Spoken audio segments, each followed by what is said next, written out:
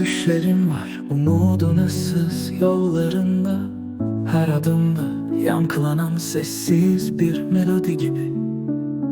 Platonik bir aşkın gölgesinde yeşerir hayallerim. Gözlerine hiç bakmamışken bile kalbim seninle dolu, hep uzak bir yerde. Geçmişin izleri birer yara gibi taşırım içimde. Ama bilirim ki her acı bir gün çiçek açar. Unutmanın kıyısında gezinirken geleceğe sarılırım titreyen ellerimle. Çünkü bilirim en karanlık gece bile sabahın ışığına gebedir. Bir hüzün denizinde yüzer ruhum. Her dalga biraz daha ağır, biraz daha derin. Ama içimde bir melodi var. Her nota beni biraz daha hayata bağlar. Zehirlenmiş hisler bedenimde dolaşsa da o notalar, o melodiler beni hep ayakta tutar, hep ileriye taşır.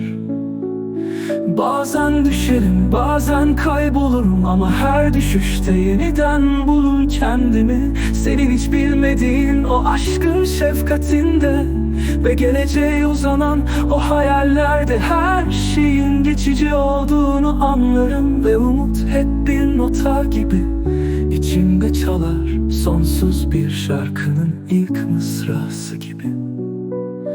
Geçmişin izleri birer yara gibi taşırım içimde. Ama bilirim ki her acı bir gün çiçek açar. Unutmanın kıyısında gezinirken geleceğe sarılırım titreyen ellerimle. Çünkü bilirim en karanlık gece bile sabahın ışığına gebedir. Bir hüzün denizinde yüzer ruhum.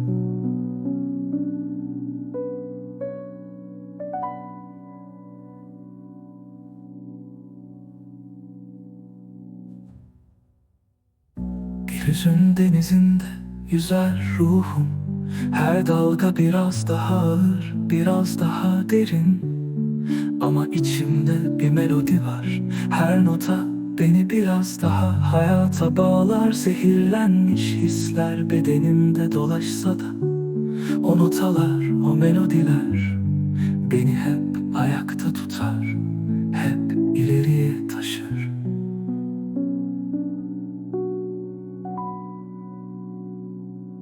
Bazen düşerim, bazen kaybolurum ama her düşüşte yeniden bulurum kendimi.